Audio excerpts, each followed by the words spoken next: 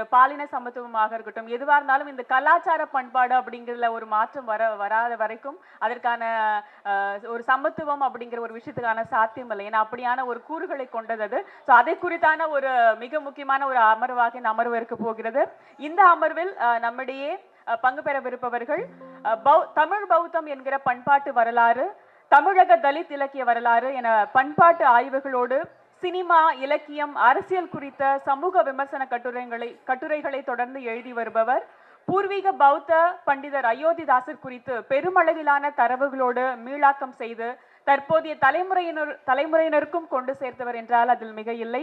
Cinema, இலக்கியம், அரசியல், பண்பாடு ஆய்வுகள் என அனைத்து தளங்களிலும் தான் எழுதும் எழுத்துக்களை சமூக பண்பாட்டு வரலாற்றோடு தொடர்பு படுத்தி கடத்தக்கூடியவரான பேராசிரியர் ஆய்வாளர் ஸ்டாலின் ராஜாங்கம் அவர்களை அன்புடன் மேடைக்கு அழைக்கிறோம்.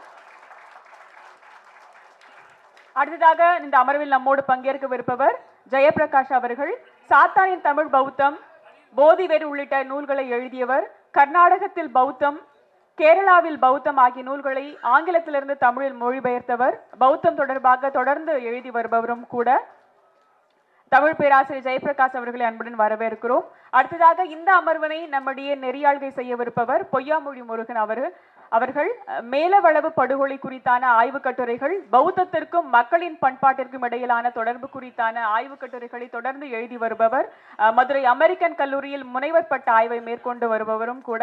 அவரை அன்புடன் வரவேற்கிறோம். ஒரு மத்தியான சாப்பாட்டுக்கு பின்னாடி மிக முக்கியமான ஒரு பண்பாடு சார்ந்த ஒரு அமர்வு, ஒரு கலந்துரையாடலை நிகழ்த்துறதுல உண்மையிலே மகிழ்ச்சியா இருக்கு.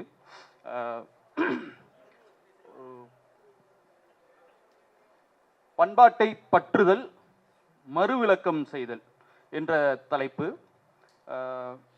இப்போ ஒவ்வொருத்தருக்குமே ஒரு அடையாளம் இருக்கும். ஏதோ ஒரு அடையாளம், குறிப்பாக ஒரு ஜாதி அடையாளம், மத அடையாளம், இன்னும் மொழி அடையாளம், இன அடையாளம், இது மாதிரி ஏதோ ஒரு அடையாளம் இருக்கும். இப்போ அந்த அடையாளத்தில் ஜாதி, மத, இன, தேச அடையாளங்களில் ஒரு தலித்தா இருக்கக்கூடிய ஒருத்தருக்கு எந்த அடையாளத்தை கை கொள்வது சரியா இருக்கும் உங்களுடைய பார்வையில்? எழுத்தாளர் ஸ்டாலின் ராஜ்.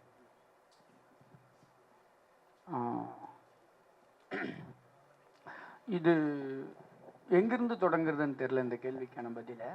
ஆனால் இந்தியாவில் இருக்கக்கூடிய தீண்டப்படாத மக்களுக்கு என்று ஒரு அரசியல் சொல்லப்படுகிறது. ரெண்டு தரப்பில் சொல்லப்படுகிறது. ஒன்று, வெளியில் இருக்கிறவங்க சொல்கிறது அவங்கள நோக்கி, இதுதான் உங்களுக்கான வழி, நீங்கள் இப்படியெல்லாம் போகலாம் அப்படின்ட்டு.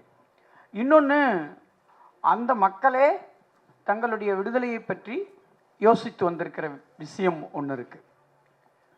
அப்படி பார்க்கும்போது இன்னைக்கு ஒரு இந்திய அல்லது தமிழ் சமூகத்தில் நாம் இன்றைக்கு கொண்டிருக்கக்கூடிய சிந்தனைகள், அடையாளங்கள் பலவும் ஆதியிலிருந்து தோன்றியவை அல்ல, இயல்பானவையும் அல்ல. எல்லாமே காலப்போக்கில் உருவானதாகவும் காலப்போக்கில் மாறி வந்ததாகவும் இருக்கிறது. ரொம்ப அதிகம் சொல்ல வேண்டியதில்லை. ஒரு 100 வருடத்துக்குள்ளேயே நாம் நம்முடைய அரசியல் விஷயங்களை, நம்முடைய அடையாளங்களை வேறு வேறு மாதிரி நம்ம யோசித்து வந்திருக்கிறோம், மாற்றி வந்திருக்கிறோம். அப்படி பார்த்தா ஒரு ஒடுக்கப்பட்ட மக்கள் தங்களுக்கென்று ஒரு சுயமான பார்வையை உருவாக்கி இருப்பதை பார்க்கிறோம். குறிப்பாக இந்த சமூகத்திலிருந்து உருவான முன்னோடிகள் பல விஷயத்தை பேசி பார்த்திருக்கிறார்கள், விவாதித்து பார்த்திருக்கிறார்கள். அந்த அனுபவத்தின் வழியாக அவங்க வெற்றி பெற்றிருக்கிறார்கள். சில நேரம் அவர்கள் தேங்கி நின்றிருக்கிறார்கள், சில நேரம் எதிர்த்தரப்போடு ஒரு இணக்கத்தையும் அவர்கள் கண்டிருக்கிறார்கள். பொதுவாக தலித் அரசியல் இயக்கம் என்று சொல்லுகிற போது அது 90களிலிருந்து ஆரம்பிக்கிற ஒரு வழக்கம் உண்டு. அரசியல் இயக்கமும் சரி, இலக்கியமும் சரி. ஆனால் உண்மை என்னன்னா, நம்ம ஏற்கனவே தொடர்ந்து பேசுறது தான், ஜாதி அமைப்பு எப்போது தோன்றி இருக்குமோ அப்போதிலிருந்தே அதற்கான எதிர்ப்பு ஏதோ ஒரு விதத்தில் உருவாகி இருக்கணும். அது எப்படி உருவாகி செயலாற்றியது என்பது பற்றியான சான்றுகள் தான் நம்மகிட்ட இல்லை. மற்றபடி அது எங்கேயோ ஒரு இடத்துல நிகழ்ந்து கொண்டே இருந்திருக்கிறது, நிகழ்ந்து வந்திருக்கிறது. இப்போ ஒரு 19ஆம் நூற்றாண்டிலும் 20ஆம் நூற்றாண்டிலும் இந்த பெரியவர்கள் என்ன யோசித்திருக்கிறார்கள், அதிலிருந்து நாம் இன்னைக்கு அது நமக்கு போதுமானதா இருக்கா, நாம் அதை எதையும் கையில் எடுத்துக்கொள்ள முடியுமா அப்படின்னு யோசிக்கும்போது நான் ரொம்ப மதிக்கிறது என்னன்னா, அந்த பெரியவர்கள் ரொம்ப சரியாகவே யோசிச்சு இருக்காங்க அப்படிங்கிறது தான்.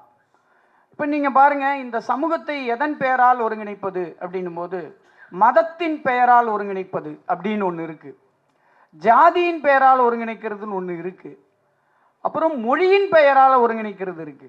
இன்னைக்கு தமிழ்நாட்டில் நடக்கக்கூடிய எல்லா ஆர்கியூமெண்ட்ஸுமே, எல்லா விவாதங்களுமே நாம் ஒரு தமிழராக உணர வைப்பதற்கான முயற்சிகளாக இருக்கின்றன. எல்லா விவாதங்களுமே, எல்லா எழுத்துகளுமே, எல்லா கண்டுபிடிப்புகளுமே. அப்போ நம்மை தமிழராக உணர்கிற போது இந்த முரண்பாடுகள் தீர்ந்துவிடும் என்ற ஒரு நம்பிக்கை அங்கே முன்வைக்கப்படுகிறது. ஆனால் ஒரு ஒடுக்கப்பட்டவனுடைய அனுபவத்திலிருந்து பார்க்கிற போது அது அவ்வளவு பொருத்தமானது அல்ல.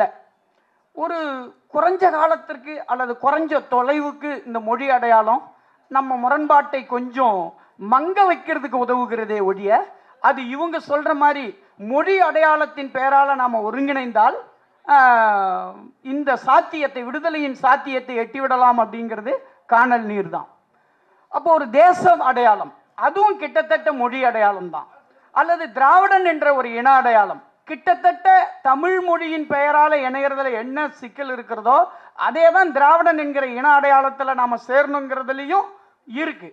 அப்போ இந்த தளத்தில் நாம யோசிக்கும் போது இந்த ஒடுக்கப்பட்ட மக்களிடையே பணியாற்றிய பண்டிதர் அயோத்திதாசர், பாபா சாஹேப் அம்பேத்கர் ரெண்டு பேரும் வேற விதமான ஒரு டூலை நம்மகிட்ட கொடுத்துட்டு போயிருக்கிறத நம்ம பார்க்குறோம்.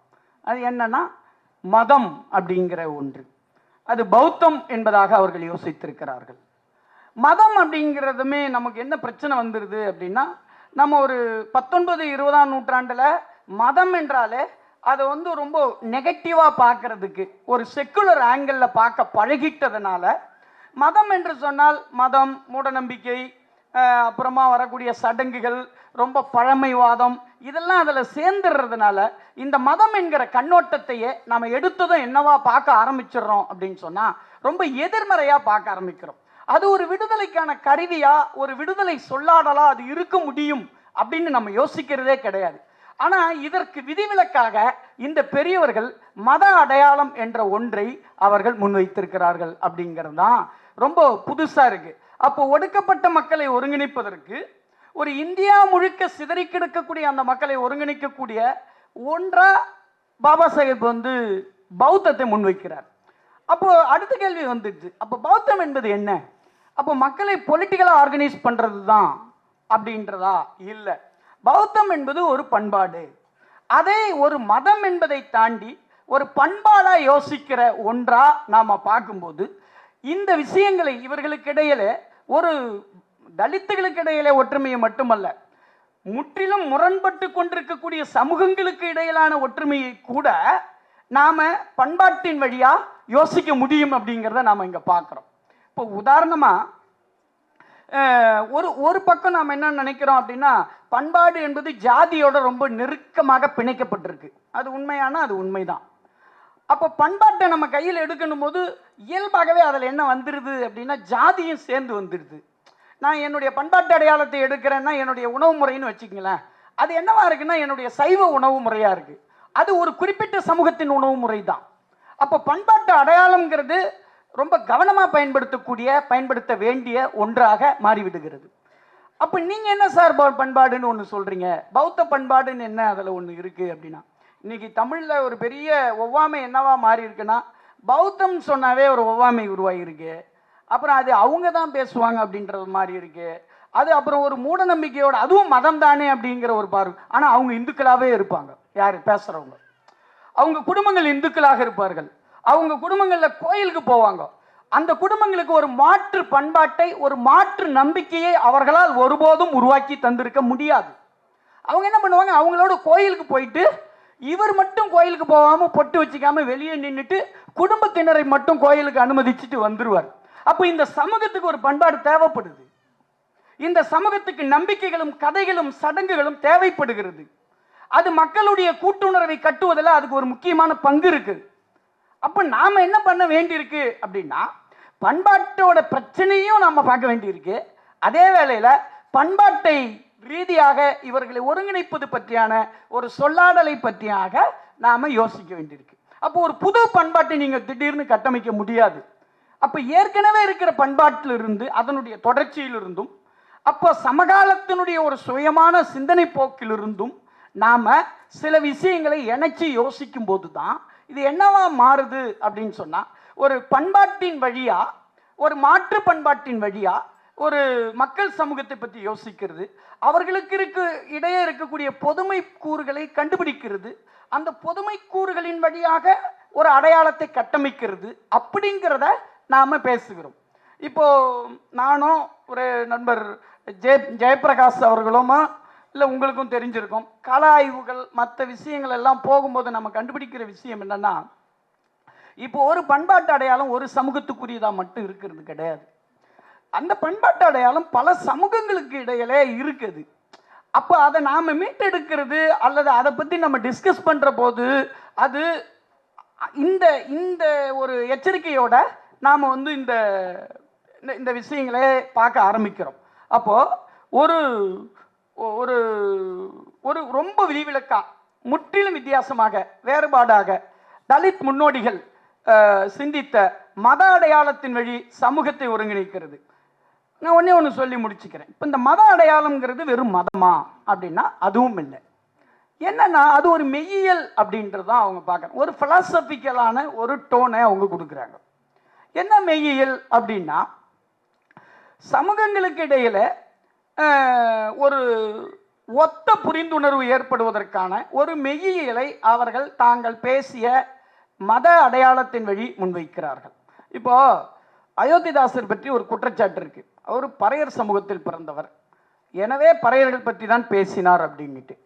நான் வந்து எப்பவுமே ஒரு விஷயம் சொல்லுவேன், தலித் பட்டியல் பிரிவில் எந்த சாதியில் யார் பிறந்தாலும் அவர் அந்த சாதிக்கென்று அதை பேசியிருந்தால், பாடுபட்டிருந்தால் அதை நெகட்டிவாக சொல்ல வேண்டிய அவசியம் கிடையாது. அதுதான் இயல்பு, அப்படித்தான் இருக்க முடியும்.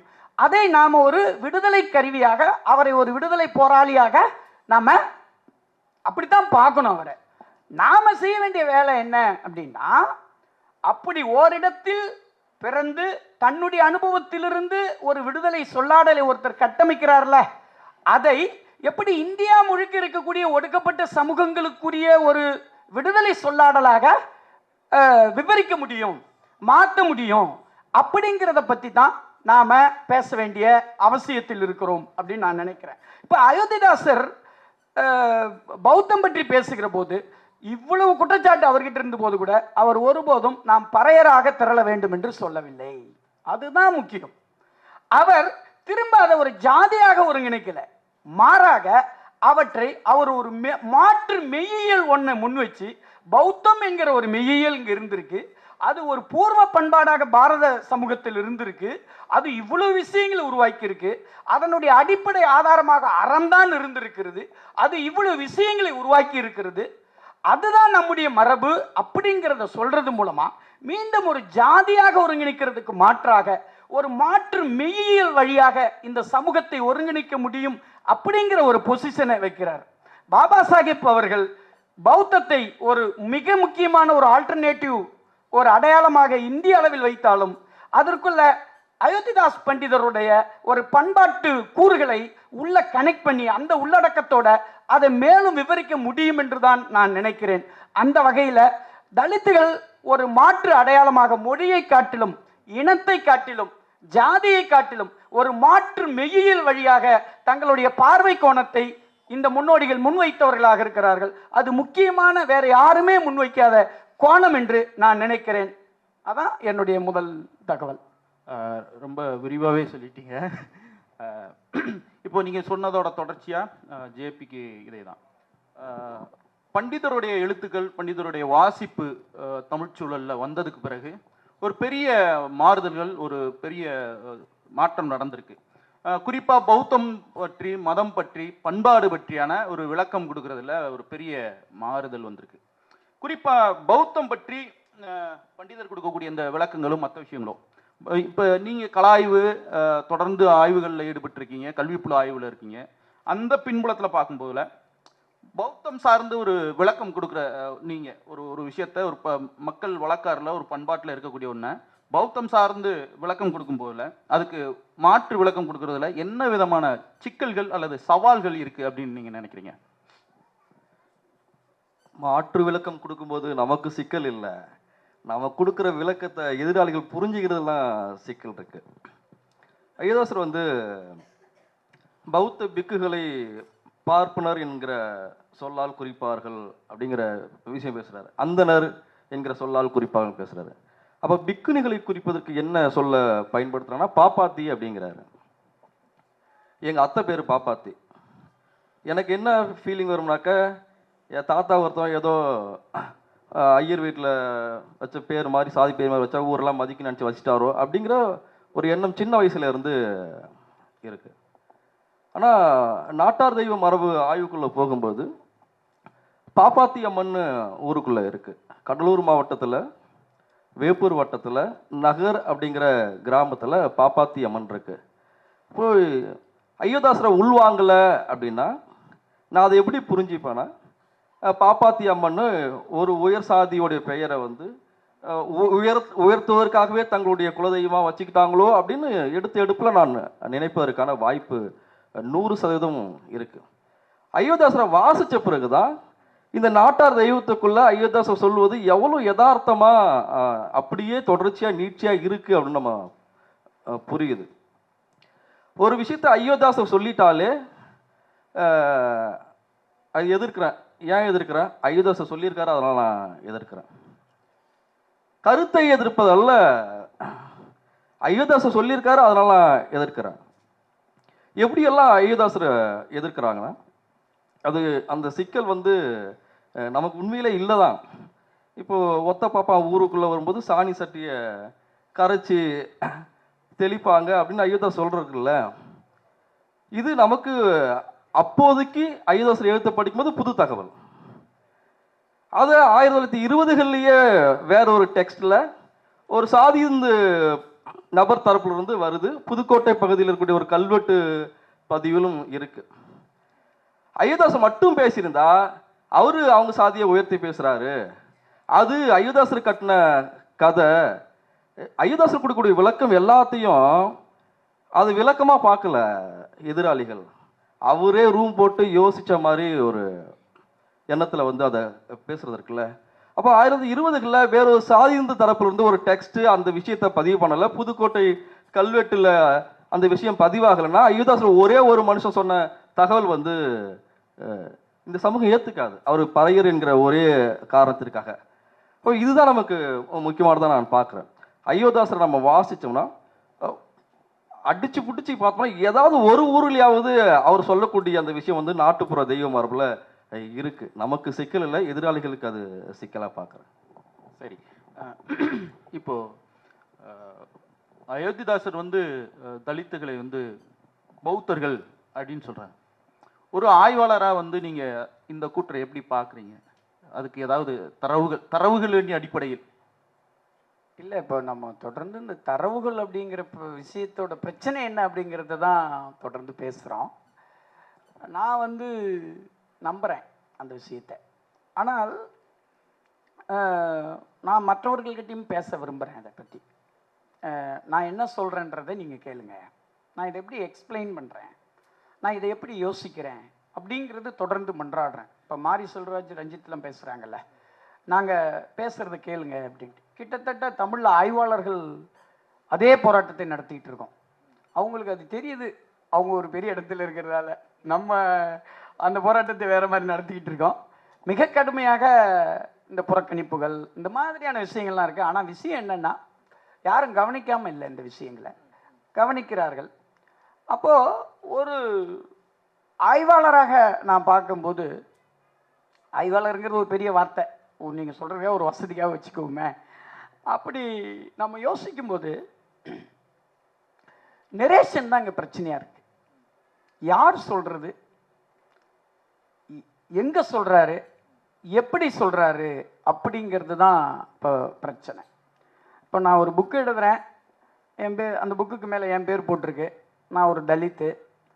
ஆனால் இவர் வேற ஒருத்தர், அதை வச்சுக்குவோம், வேற ஒருத்தர். அந்த பேர் இல்லாமல் இவர் பேர் இருந்தால் அதுக்கு வேற ஒரு அர்த்தம். டெக்ஸ்ட்டுக்கு அர்த்தம் யார் கொடுக்கறது? டெக்ஸ்ட் கொடுக்கறது இல்லை, நபர் தான் அங்கே கொடுக்கப்படுறார். அதனால் தமிழில் அயோத்திதாசர் வருகை நடந்த போது என்ன நடந்ததுன்னா, எல்லாருக்குமே ஒரு வியப்பு இருந்தது. ஆஹா, இப்படி ஒரு ஆளாமே, இப்படியாமே அப்படின்ட்டு. ஒரு நாசர் அப்போ ஒரு படம் எடுத்தார், மாயன் ஒரு படம். அவரை பற்றி குமுதத்தில் ஒரு பேட்டி வந்தது. அவரை அந்த பேட்டி எடுக்கிறதுக்கு முன்னாடி ஒரு இன்ட்ரடக்ஷன் எழுதுவாங்கள்ல, நாசரை பேட்டி எடுக்க போகும்போது அயோத்திதாசர் புத்தகத்தை வாசித்து கொண்டிருந்தார் அப்படின்ட்டு. அதெல்லாம் அப்போ ஒரு ட்ரெண்டு. அப்படி மட்டுமே அயோத்திதாசர் பார்க்கப்பட்டார். அவர் வாசிக்கப்படாத ஒரு திருவுருவாக மாற்றப்பட்டார். ஒன்று. ரெண்டாவது, அயோத்திதாசரை வாசித்த போது நடந்த பெரிய விஷயம் என்னன்னா, இங்க ஏற்கனவே கட்டமைக்கப்பட்டிருக்கக்கூடிய ஒரு கருத்தியல் உலகம் இருக்குல்ல, அதுக்கு தோதானவரா இல்லாம அவர் இன்னொன்னு வைக்கிறார். இன்னொன்னு பேசும்போது அவர் புறம்பானவராக மாற்றப்பட்டார். புறம்பானவரா மட்டுமல்ல, அவர் முற்றிலும் ரொம்ப எதிரானவராக இங்கே கட்டமைக்கப்பட்டார். அயோத்திதாசர் மேலே விமர்சனம் இல்லை, விமர்சனம் கூடாது அப்படிங்கிற பொருளில் இதை நீங்கள் புரிந்து கொள்ளும். அயோத்திதாசர் மேலே யாருமே விமர்சனமே இது வரைக்கும் எழுதலைங்கிறது என்னுடைய கருத்து. ஏன்னா அயோத்திதாசரை முதல்ல நீங்கள் வாசிக்கணும். ஓகே, அயோத்திதாசருடைய சில தவறான பகுதிகள், அவருடைய இன்டர்பிரேஷனில் பிரச்சனை இருக்கக்கூடிய பகுதியை கூட வேற ஒருத்தர் சொல்லி இவர் கேள்விப்பட்டிருப்பாரே ஒழிய இவர் படித்தவர் கிடையாது. நீங்கள் கேளுங்க, அயோத்திதாசர் பற்றி ஒரு எதிர்மறையான கருத்து சொல்கிறவரை நிறுத்தி கேட்டு பாருங்க, என்ன சொன்னாருங்க அயோத்திதாசர்னா, அவர் ஒரு 2 கூற்று சொல்வார். அது அவர் படித்தார் நினைக்கிறீங்களா? அது கிடையவே கிடையாது. அவர் ஒன்று சொன்னார், பௌத்தத்தின் மீது ஒரு தவறான பிம்பத்தை உருவாக்கி புத்தரை பூதம் என்று சொல்லி, புத்தரை பேய் என்று சொல்லி, ஒரு முனி என்று சொல்லி அவர் ஒரு எதிர்மறை பாத்திரமாக மாற்றினார்கள் அப்படின்னு பௌத்தத்தினுடைய வீழ்ச்சியை விட உண்மை வரலாற்றை எழுதியவர் அயோத்திதாசர் தான். பௌத்தத்தின் வீழ்ச்சியை பற்றி பேசின எல்லாருமே எதை எழுதினாங்க அப்படின்னா, எல்லாருக்கும் கண்ணுக்கு தெரியக்கூடிய கோயில்களை இந்துக்கள் எடுத்துக்கொண்டார்கள் என்பதை பற்றி பேசினாங்க, சிலைகள் உடைச்சதை பற்றி பேசினாங்க. ஆனால் அயோத்திதாசர் மட்டும்தான் இதெல்லாம் இல்லாமல் மக்களுடைய நம்பிக்கைகளில் புழங்கி கொண்டிருக்கக்கூடிய பேர்கள் எப்படி மாற்றப்பட்டுச்சு, அவங்களுடைய நம்பிக்கைகள் சடங்குகள் எப்படி மாற்றப்பட்டுச்சுன்னு, இதுதான் உண்மை வரலாறு, இதுதான் இன்விசிபிள் கல்ச்சர். இந்த இன்விசிபிள் கல்ச்சரை அவர் நிகழ்த்தினார். அவரோட வாசிப்பு ஏன் இங்கே பல பேருக்கு புரியுறதில்லை அப்படின்னா, இவங்கெல்லாம் நவீன கல்வியில் உருவாகி வந்தவங்க, நவீன ஆய்வு சட்டகத்தால் உருவாக்கப்பட்டவர்கள், நவீன அரசியல் சொல்லாடல்களால் உருவாக்கப்பட்டவர்கள். இவர்களுக்கு மரபிலிருந்து உருவாகி வந்த ஒரு மகத்தான அறிஞனுடைய வாசிப்பு புரியலை. அதை நான் பகிரங்கமாக சொல்கிறேன். எனவே இவர்களுக்கு அயோத்திதாசரை வாசிக்கிறதுல அவ்வளோ பிரச்சனை இருந்தது. அதுதான் ஒவ்வாமையாக வெளிப்பட்டுச்சு. மாறி சொன்னார்ல, அதுதான் நானும் சொல்கிறேன். அயோத்திதாசர் மேலே நடந்தது இப்படி ஒன்று. அப்போ அந்த வாசிப்பினுடைய இதிலிருந்து அவர் உருவாகி வர்ற போது அவர் காட்டுற உலகம் எப்படியானதாக இருக்கிறது என்றால், நமக்கு அறிமுகமான ஒரு கருத்தியல் உலகம் இருக்குல்ல, அந்த கருத்தியல் உலகத்துக்கு வெளியே இருக்கு. அது இல்லாதது கிடையாது. அவர் சொல்றது இல்லாத ஒன்று கிடையாது, இருந்ததுதான். ஆனால் அது நமக்கு கொண்டு வந்து சேர்க்கப்படவில்லை, நமக்கு அறிமுகப்படுத்தப்படவில்லை. ஒரு 100 வருடம் 200 வருடம் நம்ம வேற ஒரு சிந்தனைக்கு பழக்கப்படுத்தப்பட்டுட்டோம். அப்போ வேற ஒரு சிந்தனைக்கு பழகியவங்கிட்ட நீங்க 200 ஆண்டுகளுக்கு முன்னாடி இருந்த ஒரு மரபை அறிமுகப்படுத்தும் போது நாம என்ன சொல்ல ஆரம்பிச்சிடுறோம் அப்படின்னா, சார் அதெல்லாம் பொய் சார், இதெல்லாம் நாங்க எங்கேயுமே கேள்விப்பட்டது இல்லையே, நீ என்ன புதுசா சொல்ற அப்படிங்கிறது தான் அவங்க சொன்னாங்க. அப்போ கிட்டத்தட்ட பௌத்தத்துக்கும் அதெல்லாம் நேர்ந்திருக்கு. பௌத்தத்தை பத்தி நீங்க பேசுங்க சார், அதெல்லாம் 2000 வருடத்துக்கு முன்னாடி இருந்ததா சொல்றாங்க சார், அது இப்பெல்லாம் இல்லை சார் அப்படின்னு ஒன்று சொல்றாங்கல்ல. பௌத்தம் எவ்வாறு வீழ்த்தப்பட்டது, எப்படி பொய் சொல்லாடல்களால் வீழ்த்தப்பட்டதுன்னு அயோத்திதாசர் சொன்னாரோ, கிட்டத்தட்ட அயோத்திதாசரை படிக்க விடாம ஆக்கிறதுக்கும் அதுதான், அதே டூலை தான் இங்கே பயன்படுத்திட்டாங்க. அப்போ நாம சொல்லும்போது நீங்க என்ன பார்க்க வேண்டாம்னா, அது பௌத்தமாக தான் இருக்கணும்னு அவசியம் இல்லை. அயோத்திதாசர் சொன்ன அதே வார்த்தையை தான் நீங்க கண்டுபிடிக்கணும்னு அவசியம் இல்லை. ஆனால் நம்ம எல்லாருக்குமே ஒரு பண்பாட்டு ரீதியான ஒரு தொடக்கம் இருந்திருக்குல்ல, அது என்னவான தொடக்கமாக இருந்திருக்க முடியும்? அதிலிருந்து வேற என்னென்ன விஷயங்கள் உருவாகி இருக்கு, என்ன இடையில வந்திருக்கு, எதோட அது இணைஞ்சிருக்கு அப்படிங்கிறத பற்றியான ஒரு டிஸ்கோர்ஸுக்கு நம்ம போக வேண்டிய அவசியம் இருக்குன்னு நான் நினைக்கிறேன். அப்போ ஒரு ஒரு அந்த இடத்துல இப்போ உதாரணத்துக்கு இந்தியா முழுக்க இருந்த கல்ச்சுரல் வெவ்வேறு மக்கள் குழு இருந்தாங்க, அவங்களுக்குள்ள சில பொதுமை கூறு இருக்குல்ல, அதை பற்றி நம்ம ஏன் அந்த பொதுமை கூறு இருக்குன்னு நமக்கு தெரியல. அந்த இடத்த தான் அயோத்திதாசர் என்னன்றார், அதுக்கு அவர் ஒரு பேர் இட்டுக்கிறார், அதுக்கு பேர் பௌத்தம் சொல்றார். நீங்க வேற ஒரு பேர் கூட இடுங்க, ஆனா பொதுமை கூறு இல்லைன்னு நீங்க சொல்லாதீங்க. அந்த பொதுமை கூறுகளுக்குடைய அடிநாதமாக என்ன இருந்ததுன்றதை பத்தி நீங்க கவனிங்கன்னு நான் கேட்டுக்கிறேன்.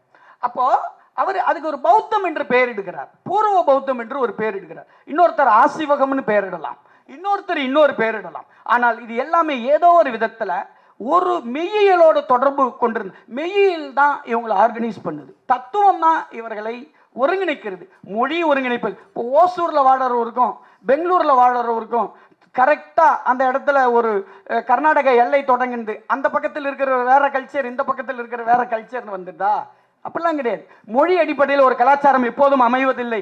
தமிழர் சிந்தனை, தமிழ் சிந்தனை நம்ம ஒன்று சொல்றோம்ல, அப்படி ஒன்று கிடையாது. ஏன்னா தமிழ் சமூகத்துக்குள்ள பல்வேறு விதமான சிந்தனைகள் இருக்கு. இப்போ நான் ஒரு மார்க்சிஸ்டா இருக்கேன், இவர் ஒரு காந்தியவாதியா இருக்கார், நீங்க ஒரு பெரியாரிஸ்டா இருக்கீங்க, 3 பேருமே தமிழர். இது எப்படி தமிழர் சிந்தனைன்னு சொல்லுவீங்க? என்னுடைய சிந்தனையை தமிழா உருவாக்கிச்சு? கிடையவே கிடையாது. என்னுடைய சிந்தனையை உருவாக்கியது நான் உள்வாங்கிக்கிட்ட பிலாசபி தான் உருவாக்கிச்சு, இவர் உள்வாங்கிக்கிட்ட பிலாசபி தான் சொல்லிச்சு. அப்போ ஒரு சமூகம் சிந்திக்கிறது ஒரு மொழியின் கண்ணோட்டத்தில் கிடையாது, அந்த மொழியில் வாழ்வதனால் நமக்கு சில விஷயங்கள் அதிலிருந்து உருவாகலாமே ஒழிய ஒரு சமூகத்தை சிந்திக்க வைக்கிறது ஒரு மெய்யியல் தான். அந்த மெய்யியலுடைய ஒரு ஒரு புறத்தோற்றம் தான் மதம். எனவே மதமாக அது இருக்கிறது பற்றி எனக்கு பிரச்சனை இல்லை, அது பெட்டர்ன்னு தான் எனக்கு தோணுது. இதோட தொடர்ச்சியா இப்போ இந்து மதத்தில் இருக்கக்கூடிய கடவுள்களும் சடங்குகளும் எல்லாமே பௌத்தத்துல இருந்து தான் எடுத்துக்கிட்டாங்க அப்படின்னு அயோத்திதாசர் சொல்றாரு.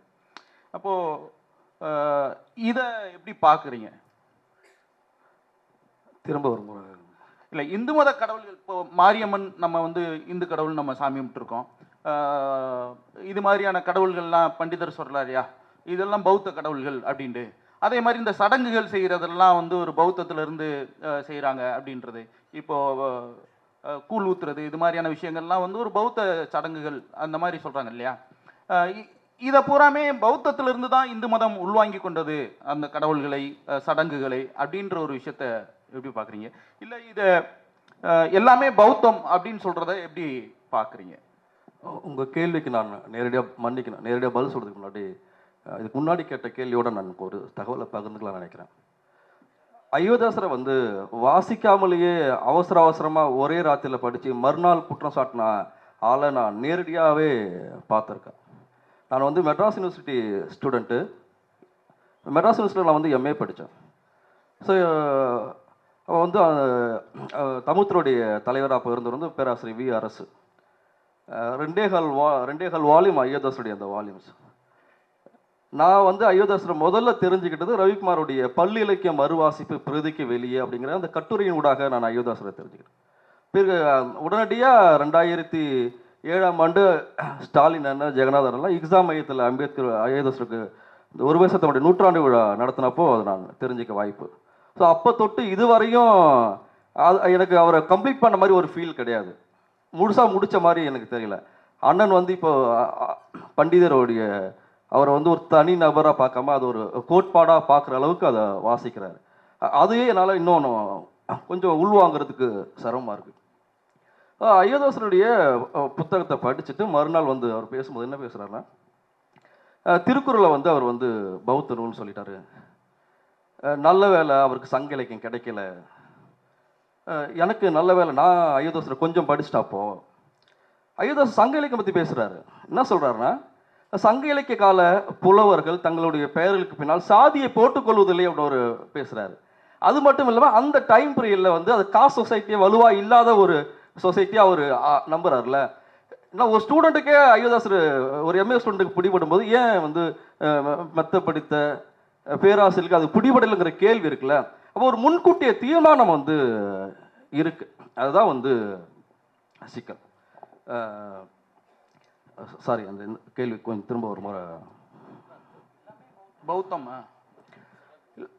இப்போ நான் வந்து எல்லாமே பௌத்தம் அப்படி அப்படி அப்படி இது நான் பார்க்கறது ஐதோஸ்ல கொஞ்சம் உடன்படுறேன். எல்லாம்னா எல்லாம் இல்லை, பெருவாரியாக அப்படி நான் அதை பார்க்குறேன்.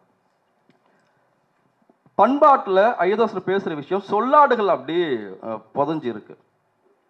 இப்போ கூழ் ஊத்துறத வந்து சாக்கூத்து, சாக்கையர் ஊத்து, பௌத்தர்கள் சாக்கையர்கள், புத்தர் பிறந்த குடி சாக்கையர் குடி, சாக்கையர் ஊத்துன்னு நம்ம பார்க்குறோம். இது நம்ம பெரும்பாலும் பேசப்பட்டது.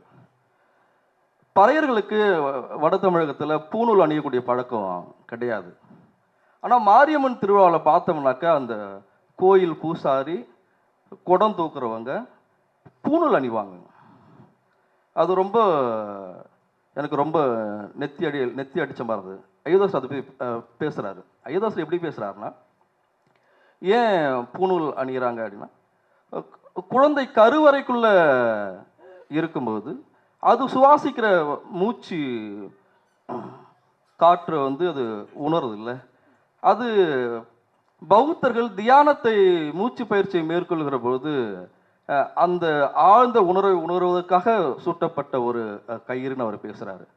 அப்போது இன்னைக்கு பிராமணர்கள் தினசரி போட்டுக்கொள்வது போல பறையர்கள் இல்லைனாலும் கூட அது பண்பாட்டில் இருக்கு. நீங்கள் ஐயதாசர் அதை தொடாமல் நம்ம அதை புரிஞ்சிக்க முடியாது. இப்போ நான் நேரடியாக வந்து ஐயதாசரை வாசிக்காமல் நான் அந்த பூணூலை பார்த்துருந்தேன்னா அதை நான் எதிர்த்திருப்பேன். இது ஒரு பிராமணிய மேலாதிக்கத்தை உணர்ந்து கொண்ட ஒன்று அப்படின்னு நான் நினைப்பேன். ஐயதாசரை வாசிக்கும்போது தான் அப்போ பண்பாட்டுக்குள்ளே இவங்க ஏன் பூணூல் அணிகிறாங்க அப்படிங்கிறது. ஏன்னா ஃபோட்டோ என்னுடைய பழைய மொபைலில் வச்சுருந்தா அதை பற்றி கொஞ்சம் விரிவாக எழுத நினச்சி ஃபோட்டோவை தவற விட்டேன். ஆனால் எனக்கு என்ன நம்பிக்கைன்னா, அது எந்த ஊரில் போனாலும் பறையர்கள் அந்த திருவிழா சமயத்தில் பூணூல் அணிவாங்க. நீங்கள் போய் பார்க்கலாம். அதெல்லாம் எல்லாமே பௌத்தம் அப்படிங்கிறது வந்து சரி அப்படின்னு நான் நம்புகிறேன். இதோட தொடர்ச்சியாகவே ஸ்டாலின் சார்ட்ட, பொதுவாக பண்டிதர் சொல்கிறதெல்லாம் வந்து வரலாறு இல்லை, அதுக்கு எந்த ஆதாரமும் இல்லை, பூரா கதைகள் இட்டுக்கட்டி சொல்கிறாரு, அவரே ஒரு கதையை புனைகிறாரு அப்படின்னு சொல்கிற அந்த கூற்றை நீங்கள் எப்படி பார்க்குறீங்க? தமிழில் இடதுசாரி வரலாற்று ஆசிரியர்கள்னு சொல்லிட்டு இருக்கவங்க செய்த அபவாதம் இது. அது பொய் இல்லையா? காரல் மார்க்ஸே ஆதி பொது உடைமை சமூகத்தை பற்றியான ஒரு கற்பித சமூகத்திலிருந்து தான் தன்னோட ஆய்வையே தொடங்குறாரு. இந்த சமூகம் அடைய வேண்டிய ஒரு எல்லையாகவும் அவர் ஆதி பொது உடைமை சமூகத்தை தான் சொல்கிறாரு. உலகத்தில் எல்லா சிந்தனைகளும் இது மாதிரி ஒரு கற்பிதத்தை முன்வைத்திருக்கிறது. கடந்த காலத்தில் ஒரு கற்பிதம், எதிர்காலத்தில் அடைய போகிற கற்பிதம். அண்ணா வந்து சங்க காலத்தை பொற்காலமாக சொன்னார். ஓகே, அப்போ ஒரு சமூகத்தை வந்து எழுச்சி பெற வைக்கும்போது, ஆர்கனைஸ் பண்ணும்போது, அவங்க தங்களுக்கென்று ஒரு கடந்த காலத்தை சொல்கிறது அப்படிங்கிறது கம்யூனிஸ்டுகள்கிட்டே இருந்திருக்கு. ஓகே, இப்போ அயோத்தியாசர் வந்து ஒரு பிரமாதமான ஒரு கற்பிதத்தை முன்வைக்கிறார். வந்து என்னென்னா, பூர்வ பௌத்தம். பூர்வத்தில் இந்தியா பௌத்த நாடாக இருந்தது. நாங்களெல்லாம் பூர்வ பௌத்தர்களாக இருந்தோம். அந்த தேசத்தின் பெயர் இந்திர தேசம். ஓகே, அதுதான் இந்தியாவாக மாறியது, ஐந்திரன் என்று அப்படின்னு ஒரு அயோத்தியாசர் சொல்கிறார். நம்ம ஒரு விஷயத்தை ரொம்ப புரிந்து கொள்ள வேண்டியது என்னென்னா, இன்னைக்கு நம்ம மதம் என்றால் என்னவென்று நினைத்து கொண்டிருக்கிறோமோ அது 500 வருஷத்துக்கு முன்னாடி இதே பொருளில் தான் இருந்ததா, இதே மாதிரி தான் புரிந்து கொள்ளப்பட்டதா? 1000 வருஷத்துக்கு முன்னாடி எப்படி இருந்தது? 2000 வருஷத்துக்கு முன்னாடி எப்படி இருந்தது மதம் என்பதனுடைய பொருள்? இன்னைக்கு மதம் என்றனுடைய பொருள் வந்து நம்ம ஒரு 200 வருடத்துக்குள்ள வந்திருக்கிற அண்டர்ஸ்டாண்டிங், இதுதான் மதம். ஒருத்தர் கண்டிப்பாக மதத்தில் போய் எங்கள் தாத்தா கிட்ட கேட்டேன் என்ன மதம்னா அவருக்கு தெரியவே இல்லை. அவருக்கு சொல்ல தெரிஞ்சது 2 தான். ஒன்று ஜாதியை சொன்னார், இன்னொரு சாமியை சொன்னார். மதம் வந்து ஒரு நவீன ப்ராசஸ். அது மதமாக ஒருத்தன் ஒரு மதத்துக்குள்ளே தான் இருந்தாக வேண்டும் என்கிற ஒன்று ப்ராசஸ். அப்போ நாம் இந்த மதம் பற்றி பேசும்போது இந்த புரிதலோடு பேசணும். அன்னைக்கு பௌத்தம் பற்றி நம்ம யோசித்தாலும் மற்றதை பற்றி பேசினாலும் இன்னைக்கு இருக்கக்கூடிய ஒரு இன்ஸ்டிடியூஷனல் ஃபார்மில் அது இருந்ததா அப்படிங்கிறதோட பார்க்கணும். ஒரு வகையில் இந்தியாவினுடைய முதல் இன்ஸ்டிடியூஷன் மதம் பௌத்தம் தான். ஆனால் அதே வேளையில் அது மக்களிடம் செயல்பாற்றிய போது அதே இன்ஸ்டிடியூஷனல் ஃபார்மில் தான் செயலாற்றியதா அப்படின்னா அப்படி இல்லைன்னு தான் சொல்ல தோணுது. நம்ம யோசித்து பார்க்கும்போது எப்பவுமே இந்த இன்ஸ்டிடியூஷனல் ஃபார்மில் இருக்கிறவங்க என்ன பண்ணுவாங்கன்னா, மதம், குருமார், புனித நூல் அப்படி ஒரு கேட்டகரி இருக்கும். அதுக்கு அடுத்த கட்டத்தில் அடுக்கில் வெகு மக்கள் பங்கேற்கக்கூடிய திருவிழாக்கள் நம்பிக்கைகள் இப்படி இருக்கும். இந்த வெகு மக்கள் பங்கேற்கக்கூடிய நம்பிக்கைகள் திருவிழாக்களோட மேலே இருக்கிற அவங்க ஊடாடுவாங்க, இவங்க மேலே ஊடாடுவாங்க. அப்போது மக்கள் எல்லோருமே ஒரே விதமான நோன்பை, ஒரே விதமான துறவை கொண்டு வாழ்ந்தார்கள். இவர்கள் கடும் துறவை மேற்கொண்டதால் தான் அழிந்தார்கள் என்று ஒரு வரலாற்று பொய் சொல்லப்படுகிறது இல்லை, அது கிடையவே கிடையாது. துறவு என்பது அந்த சமயத்தை சேர்ந்த துறவிகளுக்குத்தான் சொல்லப்பட்டதை ஒழிய மக்களுக்கு கிடையாது. மக்கள் எல்லாரும் போய் மலையில தியானம் பண்ணிட்டு இருந்திருப்பானா? அதுக்கு சாத்தியமே இல்லை. அப்போ மக்கள் வேறையாக இருக்காங்க, மத இது ரெண்டுக்கும் இடையில ஒரு ஊடாட்டம் இருந்திருக்க வேண்டும். எனவே மதத்தை பற்றியான நம்முடைய யோசனையை இன்னைக்கு இருந்து நம்ம யோசிக்க வேண்டியதில்லை. அதே மாதிரி தான் பௌத்தம் பற்றியான யோசனையும் நம்ம என்ன பண்ண வேண்டியது இல்லைன்னா, இன்னைக்கு எது பௌத்தமோ, இன்னைக்கு இருக்கிற பௌத்தம் பெரும்பான்மையும் என்னவா இருக்குன்னா, அதுவும் காலனிய காலத்தில் கண்டுபிடிக்கப்பட்டு கன்ஸ்ட்ரக்ட் பண்ணப்பட்டது தான். பழைய விஷயங்களும் அதில் கொஞ்சம் இருக்கு, காலனிய காலத்தினுடைய அண்டர்ஸ்டாண்டிங்கும் அதில் மிக்ஸ் ஆகி தான் இன்னைக்கு நம்ம பௌத்தமாக அதை பார்த்துக்கிட்டு இருக்கோம். இப்போ நீங்கள் மணிமேகலையில் எங்கே இருக்கார் புத்தர்? இல்லை, மணிமேகலைக்கு இணையான இந்தியாவில் வேற ஏதேனும் பௌத்தம் பற்றியான ஒரு எப்பிக், ஒரு காப்பியம் இருக்கிறதா? இல்லையே. பௌத்தத்தை நாம் ஒரு இந்த கண்ணோட்டத்தில், இன்றைக்கு இருக்கிற நவீன கண்ணோட்டத்திலிருந்து மட்டுமே பார்க்க வேண்டியது. இப்போ நான் கூட தொடர்ந்து வரலாறு பற்றி நான் பேசும்போது நான் ஒரு வரலாற்று ஆய்வாளராக நினைக்கிறதே இல்லை. ஏன்னா வரலாறுங்கிறதே நம்ம இன்னைக்கு வேற கண்ணோட்டத்துக்கு மாறிடுச்சு.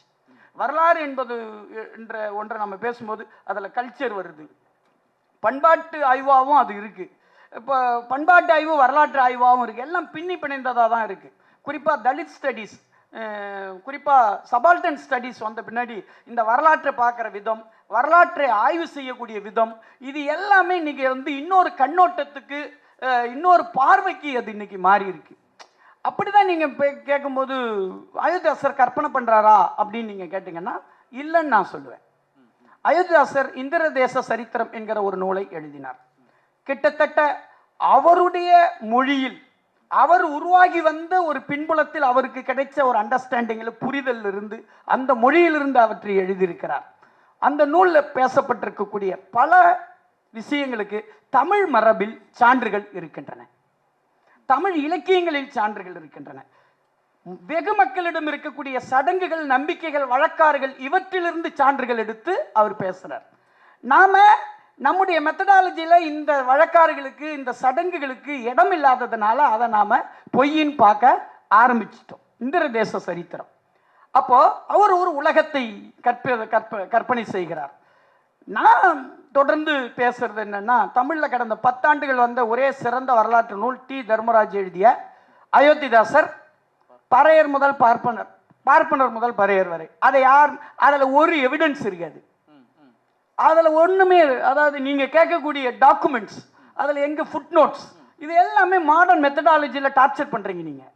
அது இல்ல, அது என்னவா இருக்கு? அயோத்திதாசர் எதை சிந்தித்தார், எதை யோசித்தார், என்ன மாதிரியான ஒரு வரலாற்றை தனக்கென்று கட்டமைக்க விரும்பினார் என்பதை புரிந்து கொள்வதற்கு உங்களுக்கு ஹெல்ப் பண்ணுது.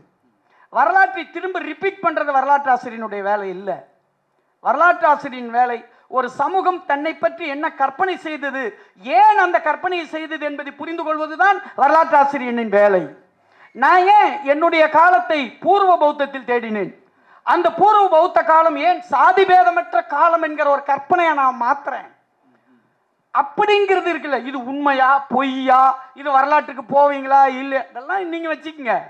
நான் என்ன சொல்றேன், நீங்க இந்த கேள்வி எங்கெல்லாம் கேட்பீங்க? உங்க வீட்டில் ஒரு நவராத்திரி கொண்டாடுறாங்களா, அதுக்கு ஒரு நம்பிக்கை வச்சிருக்காங்களா? அது நம்பிக்கைன்ற பேர்ல யாருக்கு? ஹிஸ்டரின்ற பேர்ல தான் ஜனங்க வச்சிருக்காங்க.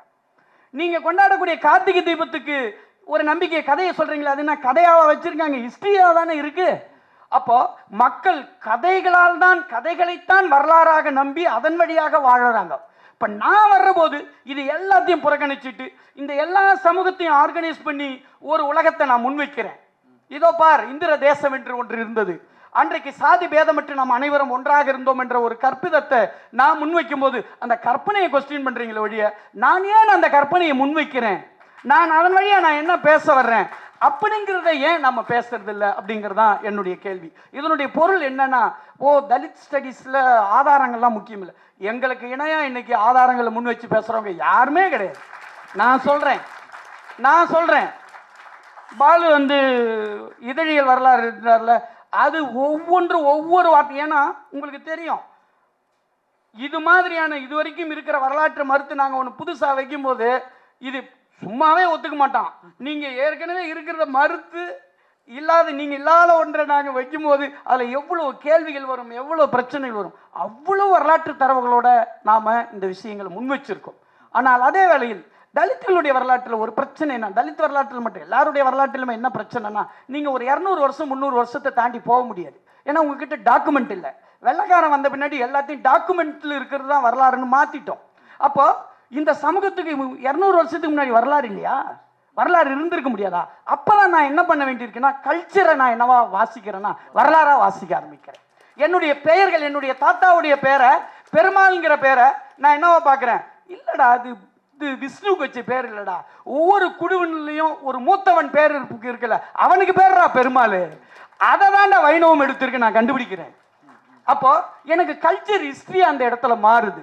அதனால தான் தலித் ஸ்டடீஸ் என்ன பண்ண வேண்டி இருக்குன்னா, இன்னைக்கு கல்ச்சருக்கும் வரலாறுக்கும் இடையில இருக்கக்கூடிய அந்த இடைவெளியில நாம இயங்க வேண்டிய அவசியம் இருக்கிறது.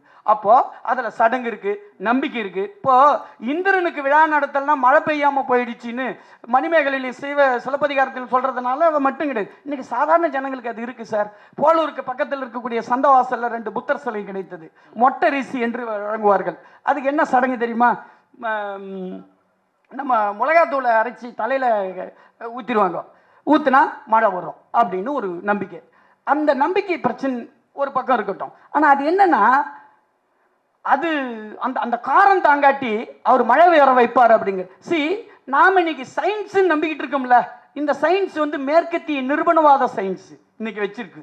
அப்போ நம்ம பின்பற்றி வந்த சடங்குகள் நம்பிக்கைகளில் முற்றிலும் அது மூட நம்பிக்கை. அதில் ஒரு சயின்டிபிக் ரோலே இல்லைன்னு நீங்கள் நினைக்க வேண்டிய அவசியம் இல்லை. என்னன்னா, ஒரு போல செய்கிறோம், நம்ம ஒரு விஷயத்தை இமிட்டேட் பண்றோம்ல. மழை வர்ற மாதிரி ஒரு சடங்கு செய்கிறோம். அழகர் கோயிலில் நடத்தக்கூடிய விழா இருக்குல்ல, அது மழை வருவதற்கான சடங்கு.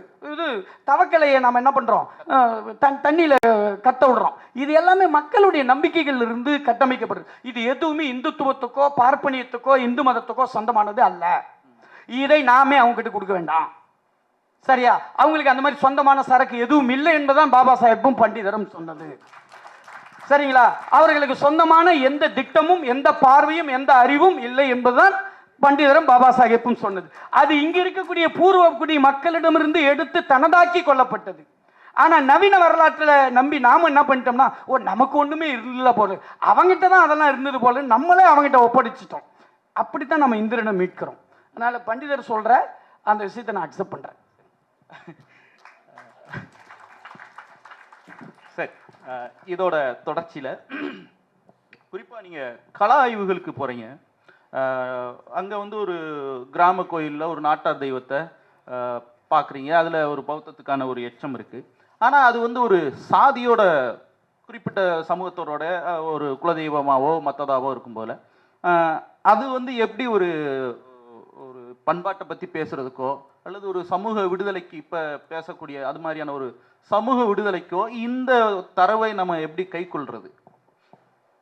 இப்போ நாட்டார் தெய்வ ஆய்வுகள் மேற்கொள்ளும் போது பௌத்தம் பற்றி நம்ம ஒன்று கனெக்ட் பண்ணோம்னாக்க, அது பறையர்கள் போன்ற ஒடுக்கப்பட்ட சாதிகள் இருக்கக்கூடிய நாட்டார் தெய்வத்தை பற்றி பேசி பௌத்தத்தோட கனெக்ட் பண்ணாதான் அது பௌத்தம் அப்படின்னு நம்பணும்னா, அது மீண்டும் ஏதோ ஒரு வகையில் ஒரு சாதிய தன்மையோட அது அது பௌத்தத்தை வந்து சுருக்கக்கூடிய வேலையாக நான் பார்க்குறேன். இங்கே எல்லாருக்கும் ஒரு பௌத்தத்துக்கான ஒரு தொடர்பு இருக்குது. வன்னியர்களை வந்து எங்கள் பகுதியில் வந்து வன்னியர்கள்லாம் சொல்ல மாட்டாங்க, பள்ளின்னு தான் சொல்லுவாங்க. பள்ளிங்கிறது ஒரு அப்பட்டமான வந்து ஒரு பௌத்த சொல்லாடல். அப்போது அந்த தெருவுக்குள்ளே இருக்கக்கூடிய ஒரு ஒரு அந்த நாட்டார் தெய்வம் பௌத்தத்தோட கனெக்ட் ஆகி இருக்கும் அப்படிங்கிறது என்னுடைய அசம்ஷன் சரியாக தானே இருக்கும் இல்லை? அப்படி நீங்கள் அதை சுருக்கிட முடியாது. நம்ம அப்படி சுருக்குனாக்க என்னன்னாக்க 97% பிராமணர்கள் 3% மற்றவர்கள் என்கிற ஒரு கணக்கு நாமே வந்து 3% தான் அங்கன்னா 97% வந்து பௌத்தத்துக்கு இருக்கணும் அப்படிங்கிற ஒரு நம்பிக்கைக்கு நம்ம வரணும்னு நினைக்கிறேன். நன்றி. இதோட ஸ்டாலின் சட்ட குறிப்பாக வரலாற்றை கற்பனை செய்தல் அப்படின்ற ஒரு விஷயம் இப்போ தொடர்ந்து பேசிகிட்டே இருக்காங்க. நீங்களும் பேசும்போதில் அதை வந்து ஒரு பண்டிதர் இப்படி ஒரு இதை கற்பனை செஞ்சு பார்க்குறாரு, ஒரு சாதி பேதமற்ற எல்லோரும் சேர்ந்து வாழக்கூடிய ஒரு விஷயம் அப்படின்னு. இப்போ ஒரு ஒரு கல்விப்புல ஆய்வாளராக நீங்கள் இருக்கிறீங்க, தொடர்ந்து மாணவர்கள்ட்ட இது மாதிரியான ஒரு விஷயங்களை பேசும்போல வரலாற்றை கற்பனை செய்தல் அப்படின்றத நீங்கள் எப்படி சொல்லுவீங்க? நான் முன்னாடி சொன்ன கேள்வியோட ஒரு தொடர்ச்சியான பதிலாக தான் அது இருக்குன்னு நான் நினைக்கிறேன்.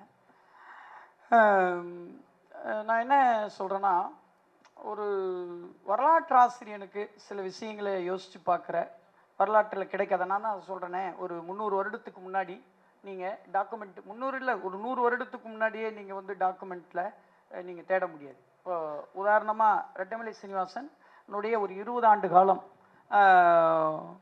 பற்றி நமக்கு தெரியல. அதுக்கு முன்னாடி கொஞ்சம் தெரியுது, பின்னாடி தெரியுது. இப்போ இந்த 20 ஆண்டு காலத்தை நாம் என்ன பண்ணுறோம்?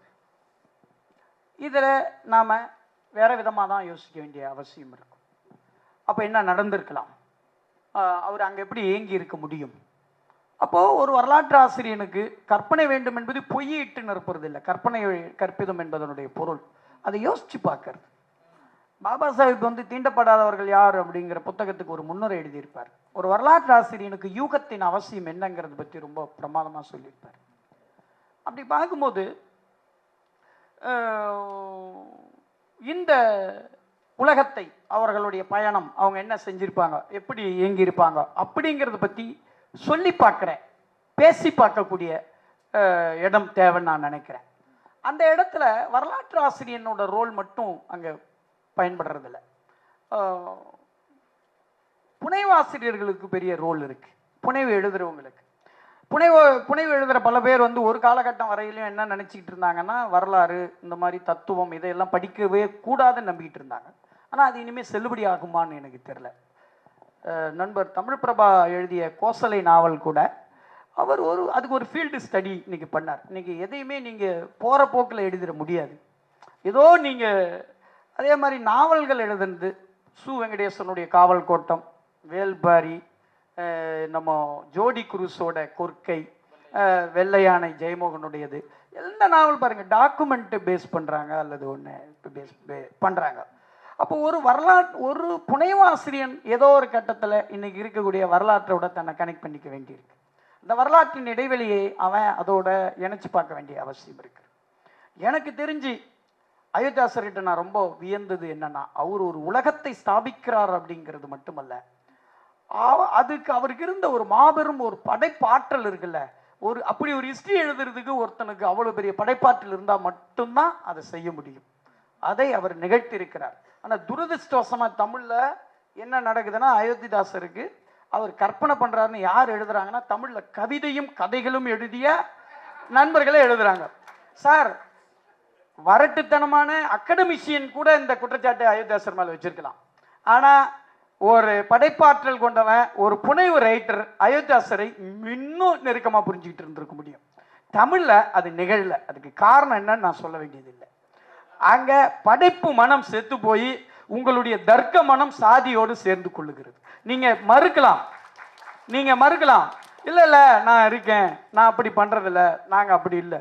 நான் கேட்கிறேன், தென் மாவட்டத்துல 3 நாளைக்கு குரு பூஜை என்கிற பெயர்ல ஸ்தம்பிக்க வைக்கப்படுகிறது. ஏன் அந்த மக்கள் ஒரு இடத்தில் ஒருங்கிணைகிறார்கள்? ஏன் இப்படி பிரச்சனை பண்ணப்படுகிறது? அப்படின்னு அந்த சமூகத்தில் பிறந்த நீங்கள் அதை பற்றி ஏதேனும் என்றைக்கேனும் ஆராய்ச்சி செய்து எழுதியிருக்கிறீர்களா? ஒரு ஒடுக்கப்பட்டவன் கீழிருந்து வருகிற போது தனக்கு ஒரு பெரிய உலகத்தை, ஒரு சாதி பேதமற்ற உலகத்தை கற்பனை செய்கிறதில் இருக்கக்கூடிய ஹிஸ்டாரிக்கல் மெத்தடாலஜி எல்லாம் கேட்குறீங்களா சார் நீங்க? ஆனா நம்ம கண்ணுக்கு முன்னாடி ஒரு மக்கள் கூட்டமே ஒரு 3 நாள் 10 நாள் 8 நாள் அப்படிங்கிற பேரால ஏன் அந்த மக்கள் மேல எனக்கு கோபம் இல்லை. அந்த மக்களை ஒன்று திரட்டக்கூடிய உளவியல் என்ன? அந்த சாதி உளவியல் ஏன் இன்னும் செயல்பட்டு கொண்டிருக்கிறது? நவீன காலத்தில் அதனுடைய இடம் ஏன் இன்னும் உயிரோடு இருக்கு? அப்படிங்கிற கேள்வியை எழுப்ப தெரியாதவங்க தான், ஒரு யதார்த்தத்தை அவன் கண்ணுக்கு முன்னாடி எழுப்ப தெரியாதவன் தான் அவன் எங்க வர்றான்? அயோத்தியாசர் கற்பிதம் செய்தார் அப்படிங்கிற அந்த கற்பனைக்குள்ள வர்றான். அந்த கற்பனை எனக்கு தேவைப்படுகிறது. அந்த கற்பனை முக்கியமானதாக இருக்கிறது. அதிலிருந்து தான் நீங்க தமிழ்நாட்டில் இருக்கக்கூடிய எல்லா சாதிகளும், சடங்குகளும், நம்பிக்கைகளும், கோயில்களும் எல்லாவற்றையும் வச்சு தான் முன்னேறி இருக்கான். ஆனா அவன் அந்த முன்னேற்றத்துல எந்த இடத்துலையும் ஜாதியை மறுத்து நான் முன்னேறணும்னு சொல்லவே இல்லை. நாங்க சொல்றோம், நாங்க அதை மறுத்து நாங்க ஒரு கதையை வைக்கிறோம், ஒரு உலகத்தை வைக்கிறோம், ஒரு நம்பிக்கையை வைக்கிறோம். அதுல உங்களுக்கும் இடம் இருக்கிறது, நாம எல்லாரும் அதுல ஒன்னாதான் இருப்போம். ரொம்ப நன்றி. இந்த பண்பாடு பற்றி, மதம் பற்றி, குறிப்பாக பௌத்தம் பற்றி, இன்னும் சடங்குகள், மக்கள் மத்தியில் நிலவக்கூடிய நம்பிக்கைகள் பற்றி பேசுறதுக்கு இன்னும் நேரமும் காலமும் இருக்கும். தொடர்ந்து அந்த விஷயங்களை தான் நம்ம செஞ்சிட்டு இருக்கோம். இந்த அமர்வு இத்துடன் நிறைவு செய்கிறோம். நன்றி.